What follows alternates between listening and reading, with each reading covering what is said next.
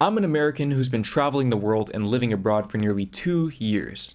And what kickstarted my journey of traveling this beautiful globe was a trip that I took in 2023 to none other than Valencia, Spain. Spain was the place that helped me realize that the rest of the world is not only on par with the USA, but maybe even better than the USA. One thing that will always shock me in Spain that I don't think I'll ever get used to is going topless at the beach. I haven't been to a beach here in like 2 years, and I honestly kind of forgot. And when I was walking on the beach and I just saw a woman's bare chest, I was like, oh my God. And then I remembered. I'm not even trying to hate or judge at all. It's just coming from the US where that's definitely not the norm. It's still super shocking to see every time. I don't know, maybe I'll get used to it someday, but I kind of doubt it. I'm really curious though, what do you all think about going topless at the beach? Is it normal where you're from? Would you ever do it? Let me know in the comments. I'd love to hear some other perspectives on this.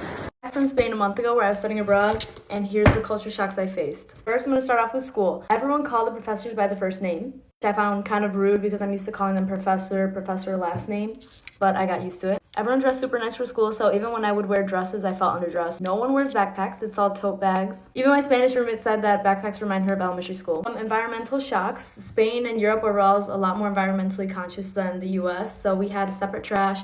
In my kitchen, we had 3 different trash cans separated by like carton, plastic, and then general trash. Light switches are really big, they're like big squares. And at first it didn't make sense, but honestly I like them better because it's more accessible. Like I feel like it's harder to just use like a little switch like the ones we have here in the US. You have to wave down buses for them to stop, otherwise they'll keep going. I had to learn the hard way. You could also only do laundry on the weekends because that's what the government recommended and it was cheaper to do it then. For restaurants and eating out, you always have to ask for the check, which I like because coming back now I feel like it's rude when people just give you the check without asking for it. Everything's closed on Sundays. A lot of people have like casual beers or casual drinks no matter what time of day, which I thought was cute. Anytime you order Coke, they bring you a lemon, which is funny because in the US we have lemon with water. At every restaurant, they bring the card reader to your table so they don't actually take your card anywhere, which seems safer to me. Portions are a lot smaller. Either they're smaller or the US were just fat and used to huge portions. For some more general culture shocks, all the dogs that I met and passed by were very well trained. Like none of them would come up and like sniff you or jump on you. They were very like focused and disciplined. I saw lots of kids taking the metro alone, which says a lot because I felt way safer over there than I do here. There's playgrounds next to bars or restaurants or like big plazas like that so that the kids are able to have fun while the parents are having fun as well. And the last big thing I noticed is that not many Spaniards use usted. I use usted because one, I'm Mexican and I use it for whenever I don't know someone or if they're older than me, and I would use it for my host mom who was over 50 and she would always say, call me by tu. This is another culture shock I had as an American living in Spain. You do not see any trucks in Spain. There are only small cars here. I'm sure we can all agree that if you've ever been to the US or if you know anything about it, then we're not exactly known for our walking culture, and the US was pretty much made for driving. Just for reference, this is a kind of truck that I would see on a daily basis. At least that was my experience. I grew up in the suburbs, which meant that nothing was in walking distance. You had to drive at least 15 to 20 minutes just to see really anything interesting. And this is probably why I love Europe so much, because I did walk everywhere in the suburbs and everything took me an hour, if not longer, to get there. But now that I'm here in Madrid, everything is in walking distance. But this is so nerve-wracking because I came to the EU thinking, okay, I'm a good driver. I know my stuff. I passed my test. Bruh. I knew that getting a high school diploma in the United States was not the same as getting a high school diploma in the EU, but holy shit, I didn't know that the same thing applied to a driver's license. Your streets are so narrow. Just the other night, my friend was driving me and he took a 3 or maybe it was even a 5-point turn just to get out of the little intersection that we were in into a smaller off-road, and he made it like it was no big deal. In the US, if I had to do a 3-point turn, I was scared for my life. And then I got an applause from the person next to me that I didn't hit something or someone. And out here, it's just, oh yeah, sure.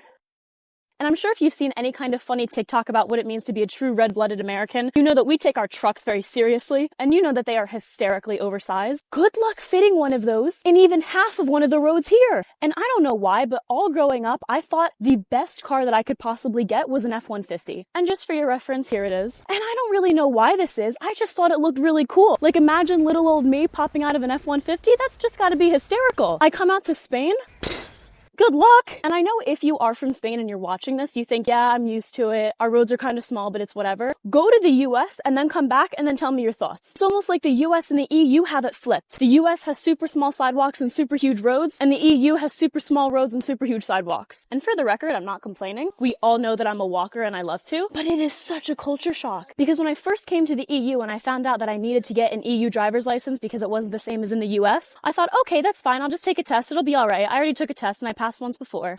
I see how some of my friends drive. I'm gonna need at least 30 plus years of experience before I can do anything like that. So I'm American, living in Barcelona, raising my daughters here. My eldest daughter is about to be 5. And I talk a lot on here about how European kids, and I use that term broadly because I mean it broadly, are more sophisticated than American kids. And it's not just for nothing. Like, they're included in all of the life things, meals, life activities here, like a part of the family unit. But furthermore, they go to school and do shit like what my daughter's about to do, which will make an American mother go into a coma. 2 nights away, 3 days with her class in like a cabin. This is like a Spanish thing that they have done forever. They take the kids into like a learning experience away from the classroom. But an American parent hearing the early age of something so adventurous, being away from home, not just an American parent, like my daughter goes to an international school, and all of the Spanish parents are like, yes, my kid is going. Like, they don't want to go, but they're going. Like, this is part of the life. I'm like that too, because, well, my daughter wants to go, but also I'm new here. I'm going to do as people do, and monkey see, monkey do kind of thing. If people are getting the results that they're getting, I'm signed up for that. So like, sign my kid up to be like your kid's great. But most of the parents from the other countries are not sending their kids. They're like, no, not doing it. Not just America, other American countries, Brazil, but like all over the place. People are not about it, but the Spanish people are all about it. And I think my daughter will be fine. She's never been away from me for that long, but it feels fucking crazy. Like, it's so insane to treat these little humans like they are even like 8 or 9 years old. I don't know. So just for context, when I went to Valencia, I spent around 2 weeks exploring the city. But what I just discovered as I watched those videos was that there is a lot of stuff that I did not learn about Spain. For starters, the topless beaches and the general nudity culture. Now, if you see me looking off to the side, it's because I'm reading from my notes, because I took a lot of notes from these videos because I have a lot of questions for you as a Spaniard that I know you can help me learn more about. Topless beaches and nudity. I didn't know that was really prevalent in Spain. I kind of knew it was more common in Europe overall, but I wonder if maybe even by European standards, Spaniards are a little more loose in that regard. Because you know what, now that I think about it, my girlfriend did tell me that one time she was, I think, going to her internship or whatever, she was biking down the street and she saw a man, I shit you not, she saw a man biking down the street butt-ass naked. I'm talking about as naked as the day he was born. No socks, no underwear, nothing. Just biking butt naked, but casually. He didn't seem like he was in a rush. He didn't seem to be inebriated. He couldn't have been that inebriated if he was riding a bicycle.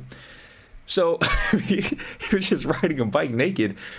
I'm still baffled by that. And she was baffled as well. So I guess maybe Spaniards have a slightly different standard of nudity than Dutch people, because my girlfriend's Dutch.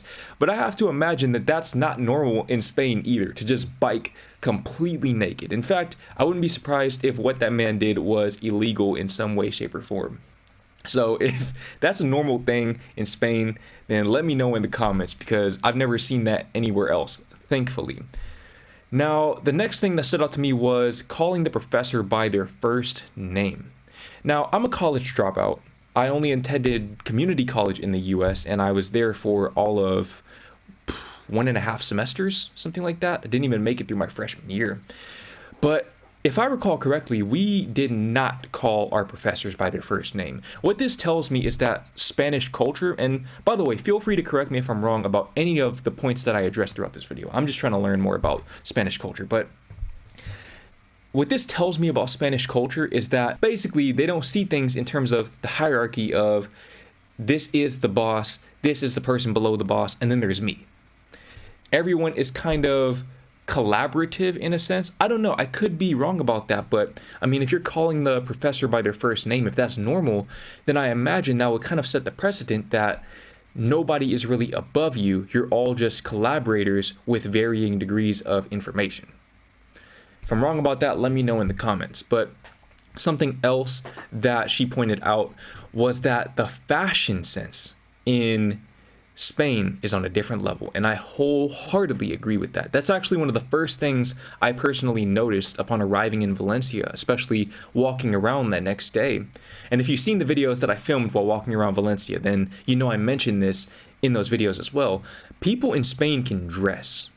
And I don't even necessarily think it's from ability to dress. Obviously, you have to have the ability to be able to do it, but it's more of the cultural expectation that you are going to put on something nice every time you leave the house. Unless you're going to the gym, you're stepping out in something that you are proud to be seen in, and that doesn't necessarily mean you're wearing expensive designer brands. That's something I love about European fashion, is you don't have to wear expensive stuff. You can wear H&M, Zara, just regular stuff with no real name brand showing, and you can still be seen as fashionable. I feel like in the US, that's just not really the case in a lot of places. But I definitely agree that Spaniards have a very good sense of fashion. And another thing that I noticed as well being in Spain was, to her point about the trash can system, I noticed that they have those dumpsters outside. I don't know if you would call them dumpsters over there, or if they're categorized as something else, but basically you have these big trash cans along the street, and you have about 4 different types of trash cans, and I literally could not decipher where to put what piece of trash for probably the first week out of those 2 weeks. In fact, I think I accidentally put my gum in the wrong one. I would like to apologize to the country of Spain for that one. But I mean, it definitely shows that people are a lot more conscientious of what's going on around them. They're much more aware of the global implications of their actions. And I think that's something that Europe in general, all European countries that I'm aware of, seem to have a better understanding of than the US. Because growing up in the US, really recycling didn't become a normal thing where I grew up in Texas until around 2012, 2013. I think that's when we received our city appointed recycling bin that we put our recyclables in. Prior to that, everything just went in the trash can. So, I mean, the US is way behind in that regard. Now, another big difference between the US and Spain is that in Spain, everything is closed on Sundays, apparently.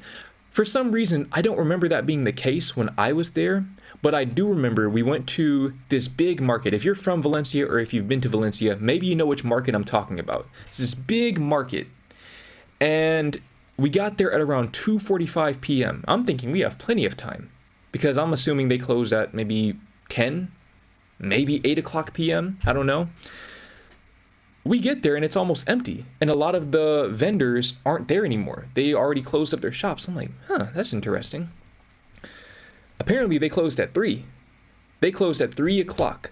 So, I mean, I know in Spain, they take work-life balance to a whole different level. I don't know if maybe that was one of those situations where you have the midday break and then they reopen again, but from what I remember, it was just closed. It just closed at 3 o'clock p.m. on a weekday at that. So I remember being very confused about that at the time. But I love how Spaniards know how to live life. That's something that I'm still trying to learn myself, is just how to balance work and life and just enjoy life in and of itself, instead of seeing everything else as a means to an end. Now, maybe part of that is because of how Spaniards are raised, because another point that I heard, and I'm going to kind of lump these two together, kids being on the metro alone and kids going away on field trips without their parents. Those are two things that you just don't really see in the US. At least where I grew up, you just won't really ever see that. I don't even know if you're legally allowed to go on the train as a kid in Dallas. I mean, most people don't get on the train at all in Dallas because it doesn't go anywhere, but the point that I'm making is that kids seem to have a lot more independence, and I feel like that independence naturally fosters a much more adventurous mindset. which is why Spaniards seem to be a lot more not only adventurous but spontaneous and just in the moment. It's because they just generally have a greater degree of independence, and I think that's a very healthy trait to foster in your children, assuming that the environment is safe enough, which in Spain it was. And that's something that I definitely noticed in Spain, was that, at least in Valencia, you don't have to worry about walking around at night. You don't have to worry about getting robbed. You don't have to worry about getting shot or kidnapped or whatever else. Everything is well lit. There are people out and about at pretty much all hours of the night, because Spaniards love to stay up late. And listen, that's one of my favorite things. I'm with you on that. I'm a night owl too. I'm a night owl. I like to sleep in. I like to stay up late. You see, it's already nighttime as I'm filming this. So I definitely resonate with that component of Spanish culture. And I also resonate with the lack of trucks. You would think that being from Texas, I would be a truck fanatic. I would love trucks. But honestly, I never really was that fond of trucks to begin with. Even before I was exposed to the European way of doing things, I just never saw the point in buying a truck. Especially if you're working a white-collar job, you're going to the office, but you have this lifted truck like you're about to go off-roading or something. Just never made much sense to me personally. To each their own, but I definitely resonate with things being built for smaller vehicles, because as a natural consequence of that, cities are much more walkable. They're much more bikeable. Okay, Valencia had the second best biking infrastructure that I've personally seen outside of the Netherlands, and that's including Switzerland, Vietnam, Thailand. Where else have I been? Belgium, the UK. Spain was right behind the Netherlands in that regard. At least Valencia was. That's a consequence of everything being built for really not even smaller cars, but just being built at human scale, with cars being the afterthought rather than humans. But even with cars being the afterthought, I feel like traffic didn't seem particularly bad either. And that's in large part because people walk, people take public transit, people cycle, people take alternate forms of transportation, which lessens the bottleneck that you see on every American highway at rush hour. Not to say that there's never any traffic in Spain, but whatever traffic you have in Spain, I can almost assure you that a place like LA or DC or New York City has it significantly worse than you do. Listen, I've been to, I think at this point, around 9 countries in the past couple of years. And I'm not gonna lie, Valencia, Spain, I can't speak on the rest of Spain because I haven't been, but from what I saw in Valencia, Spain has to be right there near the top of my list.